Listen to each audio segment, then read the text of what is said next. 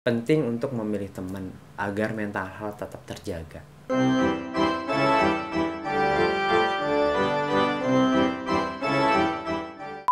Nah, pertanyaannya, kenapa harus 21 hari atau 60 hari? Yes, gini. Secara sains adakah atau Betul. ya nggak tahu sih. Ada dari secara sains. Jadi gini, ada dokter kita sebut Kozuo Murakami. Jepang Mungkin nih kayaknya. Jepang ya, dokter Kozuo. Di bukunya Switch Anda boleh baca. Itu ada apa ya, DNA, kita sebut tuh dendrit. Kalau kita ngomong enaknya gini deh, setiap kita kan contoh singa, saya nggak nyuruh Anda bayangin, tapi muncul nggak bayangan singa di pikiran? Pasti. Muncul ya. Itu otomatis ya. Karena itu long term, memori jangka Iya. panjang yang kita akumulasi Recall dari lagi. kecil, di recall lagi. Iya. Nah itu adalah ada listrik kecil di pikiran kita yang manggil file itu. Oke. Nah untuk menyambungkan listrik itu secara biologi, nanti kamu boleh ngulik atau perspektif sama anak biologi, itu butuh 21 hari minimal. Kenapa psikotes itu maksimalnya 6 bulan? Karena karakter seseorang pun berakumulasi selama 6 bulan. Kalau udah 6 bulan biasanya ada pergeseran, shifted personality. Seperti itu, akan ada perubahan. Oke, paham ya. paham. Simpan lagi dah ini ya. Iya. Gitu. Jadi perlu banget untuk pilih teman, karena memang ada teman-teman toksik itu, Mas Putra. Ada teman-teman toksik. Jadi aku bilang toksik itu adalah yang suka ngompor-ngompori, yang suka ayo mending bunuh aja, mending mending jahat. Emang itu jangan suka ngompor. Itu teman-teman toksik, sehingga akhirnya merangsang pikiran kita untuk terus berpikir negatif, melakukan hal negatif. Balik lagi kan kerasa. Penting untuk memilih teman agar mental health tetap terjaga. Oke, berarti bukan tidak menemani orang-orang yang Jangan berpilih-pilih. Maksudnya adalah gini, punya temen itu harus bervariatif, Mas. Betul. Jadi nggak boleh bersih semua, nggak boleh. Kita kadang butuh teman-teman juga yang saya juga punya loh komunitas yang waduh, kalau teman-teman yang lihat ya walah, pokoknya ya, kayak bukan secara visual ya paham lah kalian. Teman-teman ya, kita nggak boleh rasis juga ataupun itu, kita nggak ngomongin itu. Tapi ada beberapa teman yang memang adanya itu hanya di hidup kita ya pas saat-saat begitu gitu. Iya. Justru kita harus punya teman seperti itu. Why? Cuman kita harus tetap memilah input mana yang harus kita masukkan, Oke. input mana yang kita nggak harus masukkan. Kenapa harus punya semua teman? Karena orang hebat butuh orang banyak yang mengenal kita. Nice. Orang yang masuk surga pun sama. Coba kenalnya surga. Enggak deh. Gini loh, sekeren apapun kita, tapi kalau nggak punya networking, percuma loh Mas Mbak. Betul. Sama seperti pola pikir saya, sehebat apapun lu dalam bidang videografi atau editor atau apapun itu bidang yang lain, kalau lu nggak punya networking, ya udah lu di situ aja gitu. Ya percuma, nggak ada yang nonton, Ya, subscribe, betul. nggak ada yang nge-support. Ya sama, Anda punya bisnis bagus tapi nggak ada temen, nggak ada networking, ya bisnis itu nggak akan kejual. As simple as that gitu. Tetap semua harus di masuk ke dalam lingkungan pertemanan kita, karena kita nggak pernah ngerti cara Tuhan. Kan Tuhan mengirimkan rezeki lewat manusia. Enggak. Kita nggak pernah ngerti manusia mana yang bakal dititipkan rezekinya lewat mereka. Betul. Untuk kita. Makanya kita tetap punya semua teman. Cuman input mana yang harus kita masukkan ke hidup kita harus kita filter. Garbage in, garbage out. Kalau Anda memasukkan sampah di hidup Anda, ya keluarnya juga sampah. Anda temenan sesuatu sama negatif, Anda masukin semuanya tanpa Anda filter, terusnya keluarnya juga sampah gitu. Boleh kok, saya Masuk juga temenan akal. sama. Bahkan kalau bisa gini. Saya itu juga punya banyak, ya kita sebut Jakarta undercover lah. Ibarat kata gitu ya. Kalau udah undercover, itu udah banyak konteksnya kita lihat. Bukan pasien sih ya, klien saya banyak kan orang-orang begitu. Loh, kalau saya nggak nemanin mereka, siapa yang nanti nyembuhin mereka? Betul sih, benar. Kita nggak boleh milih-milih. Berarti kita tidak boleh memilih teman, tapi kita bisa memilih intensitas kita That's good.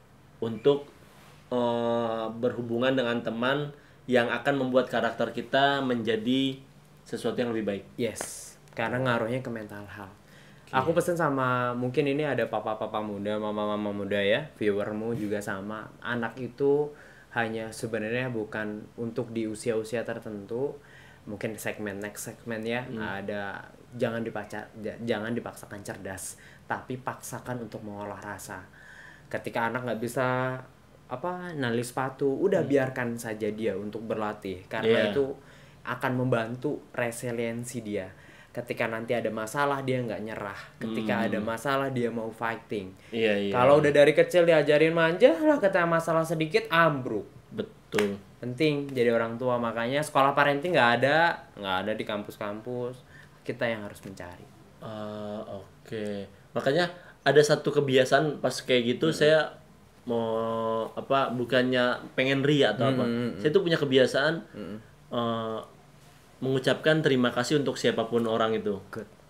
Pas banget ke sini tadi di kereta ada yang semprot-semprot, terus ada yang belakangnya ngepel dong. Iya, ngepel. Saya angkat tas, saya angkat kaki kan gitu, biar dia bisa ngepel, biar ngepel ke bawah ya. Bukan diangkat ke atas meja, bukan. Atau salto gitu ya. Tidak. Dan setelah dia ngepel, saya ucapkan terima kasih Mas, dan dia tersenyum loh. Dan seakan-akan kayak langsung ke feedback gitu ya. Ada mungkin itu yang disebut energi. Ada seakan-akan kayak di notice gitu loh. Jadi selama ini saya ngajarin itu, bahkan anak saya baru 2 tahun kalau naik Gojek, saya selalu bilang 2 kalimat. Terima kasih Mas, hati-hati di jalan. Nah, anak saya pun ngikutin sampai sekarang walaupun saya tidak mengajari gitu. Benar. Penting banget. Orang tua keren nih, udah ngajarin hal yang sepele, tapi sesungguhnya sepele itu yang membuat dunia hebat. Betul. Tanpa ada kata terima kasih, tolong, orang ngamuk. Coba ada bayangin nyuruh orang gini, sini dong. Udah beda, tolong sini boleh, kan enak ya. Sepele, tapi itu bisa mental health orang terganggu. Bener. Coba deh Anda kerja, terus udah mati-matian tapi tanpa dihargai atasan, tanpa ucapan makasih dari atasan, tanpa pujian, Anda pasti akan demotivasi, pasti. Sepele tapi itu akan membantu. Tapi ada juga orang yang berpikiran untuk mengucapkan kata terima kasih itu berat gitu. Betul. Itu berarti tercipta rasa berat untuk mengucapkan rasa terima kasih. Itu rasa syukur nggak sih? Betul, bisa dikatakan itu adalah rasa bersyukur kita, bisa sama Tuhan, bisa sama orang yang sudah atau lingkungan yang kita hadapi saat itu. Oke. Gimana cara melatih rasa syukur itu untuk selalu kita gini? Ada orang-orang yang mungkin tadi loh udah terbentuk pola pikirnya gue introvert, extrovert, jadi gue males keluar rumah. Tapi apakah orang-orang yang tidak keluar rumah itu tidak mempunyai rasa syukur juga, ataukah kita harus ketemu orang banyak dulu, pilih orang-orang yang tadi yang memang circle-nya ingin kita berubah, sehingga karakter kita selalu mengucapkan rasa syukur dan sebagainya itu terbentuk. Jadi teman-teman, semua karakter itu baik. Kita nggak boleh underestimate. Semua karakter itu baik.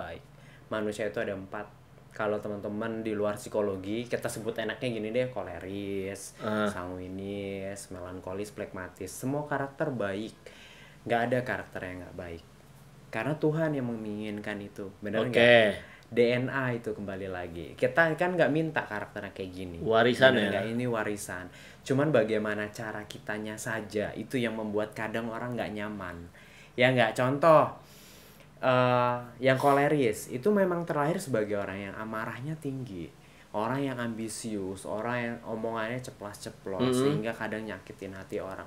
Dia memang punya karakter begitu gitu. Akhirnya kita yang harus memahami bahwa oke, kalau saat ngomong nggak usah dimasukin hati gitu. Semua karakter, ataupun orang yang melankolis, dia ya kalau orang yang nggak sabar, lu baperan banget sih gitu doang ngomong gitu ya. Ngomong bisik-bisik, contoh dia di situ kita berdua ngobrol, dia udah sakit hati. Dia berprasangka kita lagi ngobrolin dia. Lah kalau kita ngelihatnya negatif karena mental health-nya memang jelek gitu ya, kita lu ngapain sih gitu doang gitu. Ya dia juga baik gitu, berarti sensitivitasnya tinggi, berarti orang yang pekanya tuh tinggi banget. Berarti kalau temenan sama itu kita ngomongnya harus bersih, nggak boleh ngomong kalau di Surabaya cowok atau apapun ya, itu beda lagi. Plekmatis, semua karakter baik, cuman bagaimana kita untuk mengolah kemana ilmu komunikasi ke orang saja yang saat itu interpersonal yang harus kita jaga. Oke, nah ini tidak menutup kemungkinan ya ketika tadi itu ketika ada orang yang ngobrolin orang lain, maksudnya ngobrol di depan orang lain seakan-akan kenapa pemikiran negatif itu duluan yang keluar, kenapa tidak yang positif? Misalnya kita lagi ngobrol terus ada teman kita yang berpikir lagi ngobrolin tentang yang lain yang nggak ada hubungannya tentang diri dia. Dia udah berpikir ke arah positif. Kalau tadi kan Mas Dedi bilang pasti berpikir negatif nih. Kenapa orang cenderung berpikir negatif ketimbang positif? Jadi teman-teman, pikiran kita itu dipengaruhi dari teman yang kita setiap hari tinggali, keluarga, background pendidikan, buku yang dibaca, film yang dilihat. Itu akan membentuk perspektif-perspektif baru di hidup kita. Sehingga ketika ada masa lalu di hidup dia yang kurang, contoh ada anak yang punya fobia apa, sehingga akan menuntun dia nge-recall kan pikiran itu nggak bisa mendeteksi nih negatif sama positif ya. Yang dia ingat adalah kejadiannya, memorinya, sehingga yang diambil itu file itu.